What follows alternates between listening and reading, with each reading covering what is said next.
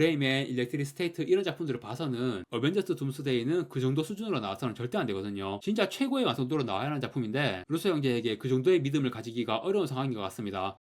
안녕하세요. 다양한 대중문화 콘텐츠를 리뷰하는 남자 머빈입니다. 이번 영상에서 리뷰할 작품은 2025년 3월 14일에 공개된 넷플릭스 오리지널 영화 일렉트릭 스테이트입니다. 제작비가 무려 3억 2천만 불인 어마어마한 블록버스터입니다. 헐리우드 제작비 규모가 크게 오르긴 했지만 그래도 제작비 3억 불 이상 블록버스터가 흔하지 않은데 그것도 OTT 영화로 이 정도 규모 범상치 않네요. 이 영화를 보면서 느낀 건 예전에는 이 정도 규모의 블록버스터는 극장에서 IMAX나 돌비 시네마로 봤을 텐데 이런 걸 방구석에서 컴퓨터 모니터로 보고 있구나. 물론 좀 더 크게 TV 화면으로 볼 수도 있지만 그냥 귀찮아서 컴퓨터 모니터로 봤습니다. 누군가는 그마저도 귀찮아서 태블릿이나 스마트폰으로 보겠죠. 농담 아니고 이 영화를 스마트폰으로 본 사람도 많을 것 같습니다. 야, 이런 영화를 스마트폰으로? 또 한 가지 들었던 생각은 이러니까 극장이 망하지. 너무 극장용 콘텐츠잖아요. 어마어마한 제작비를 쏟아부은 대작 SF 블록버스터. 그런데 이런 게 극장에 걸리지 않고 OTT로 공개되고 있는 시대니까 OTT 영화들도 이런 대작들의 경우는 극장에서 상영을 하기도 하거든요. 당장 올여름 가장 기대되는 블록버스터 중 하나인 조세 코신스키 감독의 F1이라는 영화가 있죠. 이거 애플 TV에서 제작하는 거라서 극장 개봉을 안 하는 줄 알았는데 워너브라더스가 위탁 배급을 한 형태로 전 세계 극장에 개봉을 한다고 합니다. 일렉트릭 스테이트도 그렇지만 F1 같은 영화는 진짜 너무 극장용, 그것도 꼭 IMAX나 돌비 시네마에서 봐야 하는 영화라서 이 영화가 극장 개봉을 안 했으면 굉장히 서운했을 것 같습니다. 이런 영화가 극장에 안 걸리고 스마트폰으로 봐야 하는 시대가 되면 진짜 극장의 종말이라고 해야 하지 않을까. 그런데 F1은 극장에 개봉하지만 3억 2천만 불 블록버스터 일렉트릭 스테이트는 극장에 개봉하지 않았고 짤없이 OTT로 봐야 합니다. 모르겠어요. 미국이나 뭐 어딘가에서 극장 상영했을 수도 있는데 어쨌든 한국에서는 극장에서 못 보고 무조건 넷플릭스로 봐야 합니다. 이거는 극장의 종말이라고 할 만한 일이 아닌가? F1과 비교하면 그 정도는 아니다. 아니, 제작비 3억 2천만 불짜리 블록버스터에 밀리 바비 브라운, 크리스 프렛, 키호이 칸이라는 요즘 상업 콘텐츠 쪽으로는 그야말로 눈부시게 활약하고 있는 대세 배우들, 거기에 감독은 캡틴 아메리카 윈터 솔저, 어벤져스 인피니티 워, 어벤져스 엔드게임까지 그야말로 마블의 최전성기를 캐리했던 감독이 루소 형제인데 그런데도 이 영화는 그 정도는 아니다? 네, 그렇습니다. 왜냐하면요, 영화를 못 만들었거든요. 재미가 없어요. 재미가. 내용도 잘 이해가 안 되고 캐릭터도 공감하기 힘들고 제작비라든가 출연진, 감독 이름값을 보면 정말 기대에 전혀 부합하지 못한 결과물이 나왔습니다. 그런데 또 뭐 너무 못 볼 정도의 망작은 아니에요. 이 영화에서 그나마 제일 좋았던 거는 뭐 몇억 불 제작비 쏟아부어 놓고 돈을 어디다 쓴 거야 싶은 그런 망작 블록버스터도 많거든요. 일렉트릭 스테이트는 이 영화의 어떤 프레임이든 딱 잡고 봐도